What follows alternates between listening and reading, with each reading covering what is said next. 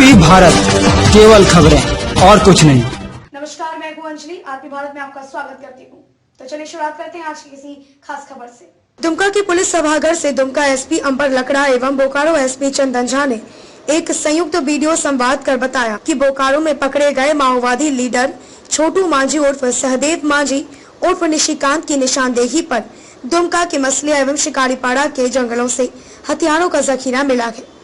Police ने जंगल से INSAS carbene, rifle 357 जिंदा कारतूस, 11 मैगजीन, 38 राइफल चार्जर व 1675 इलेक्ट्रॉनिक डेटोनेटर जब्त किया है। बोकारो एसपी चंदन झा ने बताया कि शनिवार को छोटू मांझी उर्फ सहदेव उर्फ निशिकांत को पकड़ा गया था। उसने स्वीकार किया कि बोकारो में उसने एरिया कमांड और संथाल परगना में जोनल कमांडर के रूप में भगवा माओवादी में काम किया है।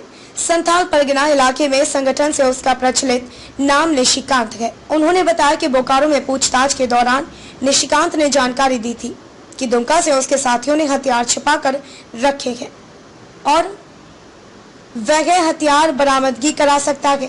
उसके बाद दुमका पुलिस के सहयोग से आगे की कार्रवाई की गई।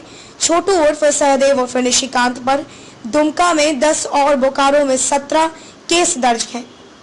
दुमका एसपी अंबर लकड़ा ने बताया कि एसएसबी कमांडेंट मनोरंजन पांडे की अगुवाई में निशिकांत को पहले मसलिया के पहाड़ी इलाके में ले जाया गया। वहां 4 हथियार के साथ बड़ी मात्रा में गोलियां छिपाई गई थी। इसके बाद शिकारीपाड़ा जंगलों से भी 2 राइफल गोलियां समेत कई सामान बरामद किए गए। दुमका से विनोद त्रिवेदी की रिपोर्ट।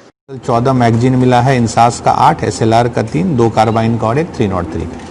तो बेसिकली एक कोऑर्डिनेटेड इफर्ट था चारों टीम का, जिसके कारण एक इम्पोर्टेंट नक्सली और इतने भारी मात्रा में जो आप देख रहे हैं आर्म्स एंड एम्यूनिशन मिले हैं। इसके लिए मैं जो हमारी चारों टीम है, पदाधिकारी और उससे कहीं इम्पोर्टेंट जो जवान जिन्होंने सर्च किया, जिन्होंने अरेस्ट किया, उनको मैं धन्यवाद देना चाहता हूं कि एक इम्पोर्टेंट नक्सली की गिरफ्तारी हो पाई है। उसमें बोकारो पुलिस के तरफ से अभियान का नेतृत्व एडिशनल एसपी ऑप्स कर रहे थे। दुमका पुलिस के तरफ से भी एडिशनल एसपी ऑप्स थे। सीआरपीएफ 26 बटालियन में अल्टीमेटली कमांडेंट साहब के नेतृत्व में असिस्टेंट कमांडेंट और बाकी जवान थे और एसएसबी 35 बटालियन में कमांडेंट साहब के नेतृत्व में इनके उप कमांडेंट और अन्य पदाधिकारी इसमें सम्मिलित थे। बोकारो में जो उसका क्लेम है, इसको तो वेरीफाई किया जाएगा, लेकिन उसका जो क्लेम है कि मैं बोकारो में एरिया कमांडर के तौर पे एस्टैब्लिश था और दुमका क्षेत्र में मैं जोनल कमांडर के तौर पे एस्टैब्लिश था।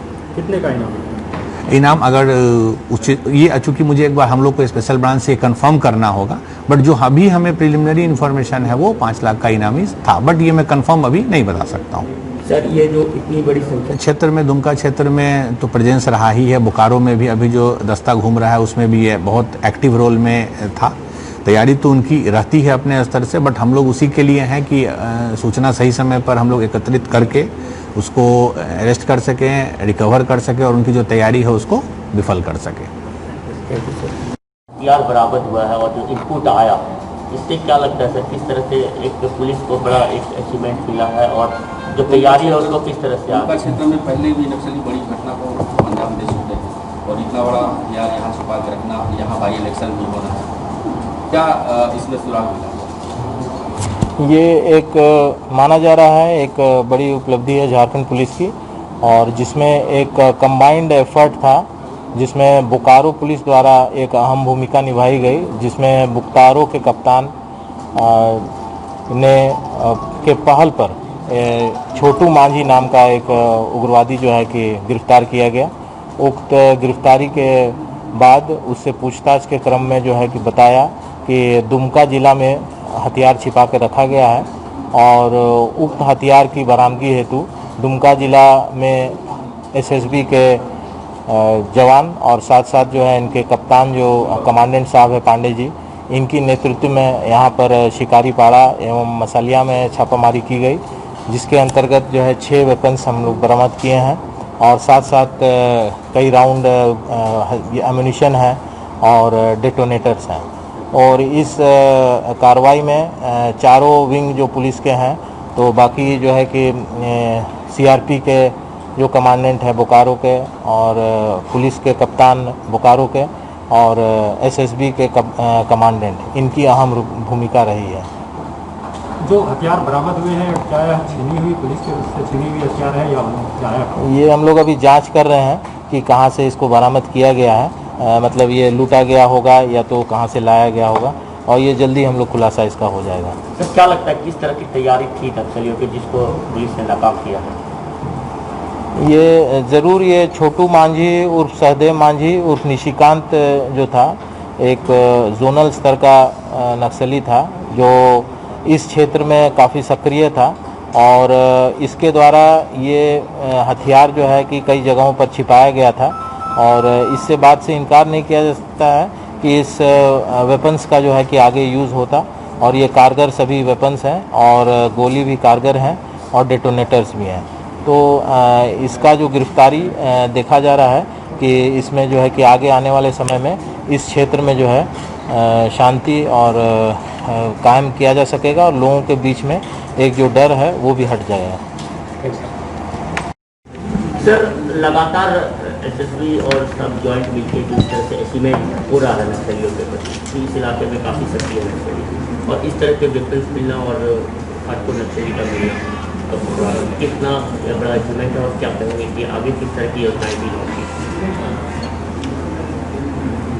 इस प्रकार का वेपन जो है वो किसी भी समय नक्सली द्वारा हम सभी के ऊपर घात करने के लिए छुपा के रखा हुआ था, और यह बड़ा ही एक ढंग से कहा जाए तो माइलस्टोन साबित होगा, क्योंकि जिस प्रकार से पिछले वर्ष और उसके विगत वर्ष में भी करीब 18 लोगों में, जिसमें से करीब 10 ने सरेंडर किया, 8 को अरेस्ट किया गया और 3 इनकाउंटर में उनका भी क्षति हुआ। तो इन सबको देखते हुए माइलस्टोन ये साबित होगा कि इस इलाके में जो नक्सल का प्रभाव रहा है या जो गलत रास्ते पे चल पड़े हैं लोग, उनका बड़ा ही कमज़ोर होने का एक क्रम प्रारंभ हुआ था और वो आगे ही बढ़ता जा रहा है। इतने हथियारों से तो कुछ भी किया जा सकता है, एक दस्ता चलने के लिए इतना हथियार पर्याप्त होता है। तो एक ढंग से अगर कहा जाए तो इस इलाके में जो एक दस्ता चला सकने को सक्षम हथियार और एम्यूनिशन थे वो उनके हाथ से निकल गया है। हम लोगों का सतत प्रयास है और लोगों का, आवाम का, लोगों का बड़ा सपोर्ट भी है, क्योंकि जहाँ भी इन चीज़ों के लिए जाया जा रहा है और जो हम लोगों को इंटेलिजेंस भी मिल रहा है वो बड़ा पिन पॉइंट मिल रहा है। तो आप सभी चैनल के माध्यम से, जैसा हर बार हम सभी लोग दुमका पुलिस की तरफ से और एसएसबी की तरफ से और गवर्नमेंट की तरफ से जो हम अपील करते हैं कि जो भी हैं वो आकर के सरेंडर कर दें और आकर के अपने को मेन स्ट्रीम में शामिल करने का प्रयास करें, अन्यथा उसका परिणाम जो है वो तो फिर अच्छा नहीं हो सकता है और उसमें किसी की भलाई नहीं। तो सबसे बड़ी चीज़ यही है कि हमारा जो पुलिस का कोऑर्डिनेशन पार्ट है बहुत अच्छा है। जो हमारे दुमका कप्तान साहब हैं, इन्होंने बड़ा स्मूथली इस चीज़ को ऑर्गेनाइज कराया, क्योंकि 2 बल बाहर से आए थे और यहाँ पर रह करके मिलकर के कार्रवाई की, तो इनका बड़ा भारी योगदान रहा। धन्यवाद।